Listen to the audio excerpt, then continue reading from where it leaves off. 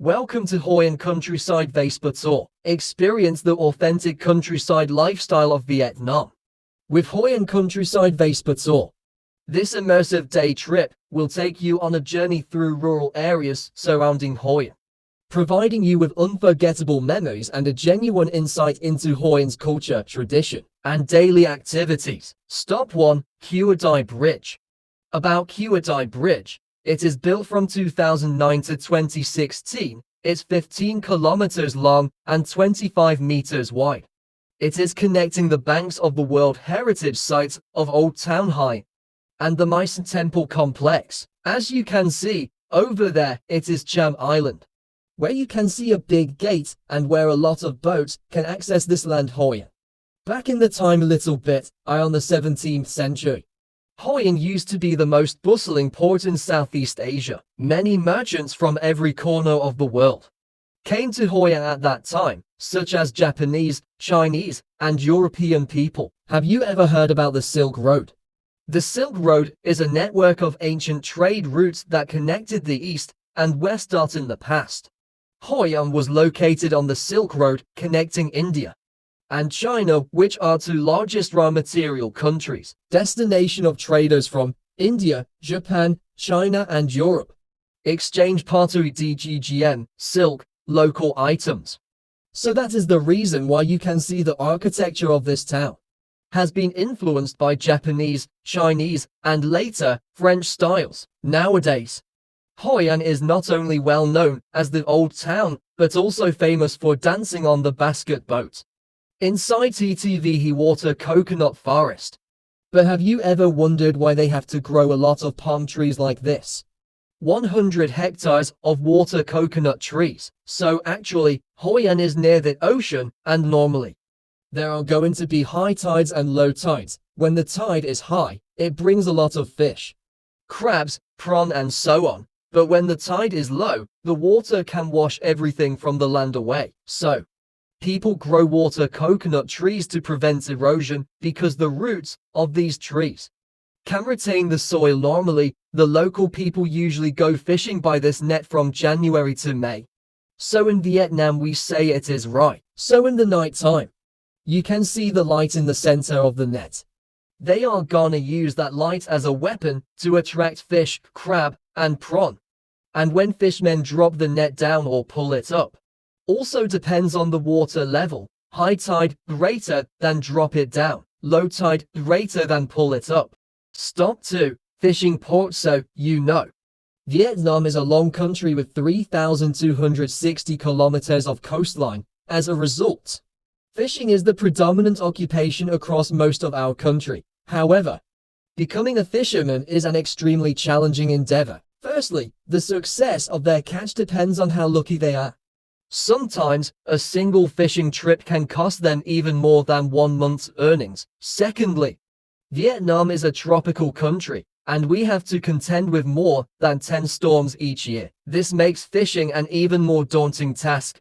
Moreover, in the lowest lying areas of Hoi An, floods are a common occurrence that local people must learn to cope with. And 3 famous things in Hoi An are old town food and basket boat ride. So as you can see, with the regular boat, it is easier to control right. But in the basket boat, as a newbie, if I try to control it right now, I think I have to see you tomorrow, because the way to control it is not like the regular boat. We have to control it like this, blah blah. But if I don't get familiar with it, the basket boat is very easy to be upside down. But do you know why they have to use it? Back in the past, Vietnam used to be under French colonial rule. When the French arrived in our country, they made persistent efforts to profit from the local population, people like us. At that time, they considered fishing to be one of the easiest occupations because, compared to farming, where farmers had to grow seeds, nurture crops, harvest them, and then sell them, fishermen only needed to take the final step, acquire the resources and sell them. The French imposed a 50% tax on fishermen. This meant that when we worked hard and ventured out into the dangerous ocean to catch 10 kilograms of fish, we had to share 5 kilograms with them, leaving only 5 kilograms for ourselves. It was an unfair arrangement. So, what did the fishermen need? A boat, of course. However, instead of constructing conventional boats, local people created basket boats. When the French visited a fisherman's house, they likely assumed it was just a basket used to store necessary items for daily life. But during the night, it transformed into a boat, allowing the local people to go fishing and sustain their livelihoods. Sometimes we also have a thing called nature GPS that mostly is installed in the boats. So you see on the boat, and guess what is that you see? Most of the boats here have eyes on their heads, according to Vietnamese tradition and culture. We believe that these eyes can lead the fishermen to places with abundant fish and ensure their safe return. The main body is woven with bamboo, then oiled from several types of trees to prevent water infiltration. Chooses straight bamboos.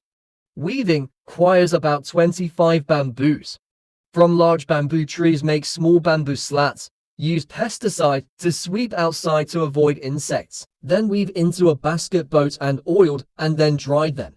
In the past they used buffalo poop. Stop 3. Sleeping mats were here in the family. Making sleeping mats and traditional handicraft of Vietnam. So her name is Phuong. In this village, about 30 families are engaged in this craft. But we have reasons to choose this family, and I will share them later. Firstly, the main material for these mats is the grass that grows over there. One common factor in any kind of farming job is that everything must be finished before September. You see, our country is tropical, so like rice, the grass crops follow a similar pattern. When they dry the grasses, the sedge fibers will shrink and become stiffer. The result is like this, showing it. Then, they move to the dyeing stage. In the past, local people dyed with natural colors obtained from leaves, wood, and so on. But nowadays, to expedite the process, they dye the sedge with chemical colors. Back to the old time, no electric with hot weather. The best way to cool down is on the floor. Equals greater than people can sleep on the floor, have dinner, play, everything equals greater than popular. So you can see, Miss Phuong will be the person who decides which color of sedge to put into the loom and then weave. So that is the reason why every sleeping mat here is unique. Because it made by the human. But one rule we have to follow is the 5 elements rule. Fire, water, wood, earth and metal. Like if we have water, we also have fire, like yin and yang, so it will create the balance. And 5 elements used not only in making sleep mats like this, but also in daily basics such as in a meal, and each color have grass fiber here. Wood stand for 1 element, the original color, fire red, water purple, metal yellow, wood green, using oil to make it get more smoothly. Make the pattern, time up, time down. But nowadays it's no longer common for young generations like us. Most of the young people come to major cities to find a job, and in the present most of the sleeping mats are made from weaving machines. So when Miss Phuong makes a sleeping mat, she finds it hard to sell because of too many sleeping mats made from machines on the market. So sometimes she even has to decrease her price to make selling easier. According to Vietnamese culture, when a woman gets married, she has to follow and move to her husband's family to take care of them. However, Miss Phuong is on the other side of this tradition. First, she wanted to fulfill her responsibilities, but after everything is done, she is now 70 years old. One of the issues is that no one is taking care of her. So when we take tourists to her house, stop 4. Happy Water, Mr. Do family rice wine. Here is the owner of the house, his name Bo. He used to a soldier during the Pol-Pot Red War in Cambodia 1975 to 1979. And unfortunately, he lost one of his leg, and after reunification, he opened small workshop to make rice wine. So Vietnam is an agricultural country. We grow lots of rice. Also, we are one of the biggest countries exporting rice into the world. We eat rice every day. We even create the rice noodles, rice cakes, and we still need to create something to make us more happy. So we create the rice wine. We called it rice wine. But actually it should be liquor or spirit. First, we have the material here, which is broken rice. As you know, first the rice has the skin. When they peel the skin off, many of them get broken. Even the rice has the same quality, but it's not good looking. So the price of broken rice is cheaper. So they use broken rice to make noodles or rice wine like this. First, they will steam the rice like the rice we normally eat. Then they mix it with yeast for fermentation. They will do the dry fermentation in the jars for 3 days.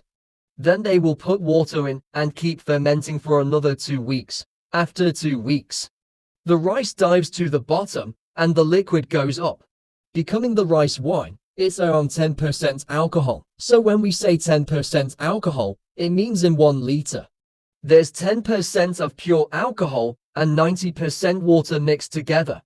So they need to cook them again to collect the stronger one. The process works like this. You know the boiled temperature of water is 100 Celsius degrees. But the boiled temperature of alcohol is faster, 788 degrees. So when you cook, the steam of alcohol is going to go up first, and the steam of water comes after. So they need to control the temperature to separate the alcohol and the water. If you can control exactly at 788, you will get the pure alcohol 100%. But it's impossible. So the strongest one people can get is 90% alcohol, which they used in the pharmacy before. But the drinkable one should be under 80%, or else you burn your intestines. Yeah, you see, when they cook, the steam will follow the tube here, go through the water pool inside. The cold water will make the steam condensate. It will condense and drip out here. We have the first class rice wine around 65 to 70% alcohol, and the regular drink around 30 to 35%. So it will depend on the purpose of the drinkers. If you want to get drunk fast or kill your friends, you can drink the first class. But if you want to sit there all night and chat with friends, you can try the second class. So you know, for Asian culture, we will put into the first class rice wine some snakes, geckos or ginseng, herbal wood in the forest to make it become happy water, which will increase the man's power. So when men drink, ladies happy together with that. We have mulberry wine, which is good for ladies as it increases the female hormone. Will make the ladies more beautiful. The jungle banana is good for old people, as it helps the back and neck problem. Our last stop of the tour is home-cooked meal at Mrs. V family. Let's visit her kitchen and learn about her dream. Ms. V was born and raised in a family whose 3 generations worked in the restaurant field in Hoi An and Nam from a young age. She was fortunate to enjoy traditional dishes cooked by her grandmother and parents, who later taught her traditional recipes and unique flavors representing the region of central Vietnam. Her passion for cooking was most inspired by her father, during his time working as the executive chef of the first 5-star restaurant, Tam Tam Cafe in Hoi An 25 years ago, when tourism in Hoi An just began. Growing up, her biggest dream was to open her own restaurant so that she could introduce the unique family and local dishes to international tourists. Unfortunately, the COVID pandemic came right at the time her startup was about to launch. It was the reason why Ms. Vi then decided to make her dream in her beloved family's place a very peaceful, purely Vietnamese living space and kitchen that she takes care of every day. She named her unique business model Ms. V's Hoi An Kitchen. Let's inspire our customers on Hoi An countryside Vespa tour.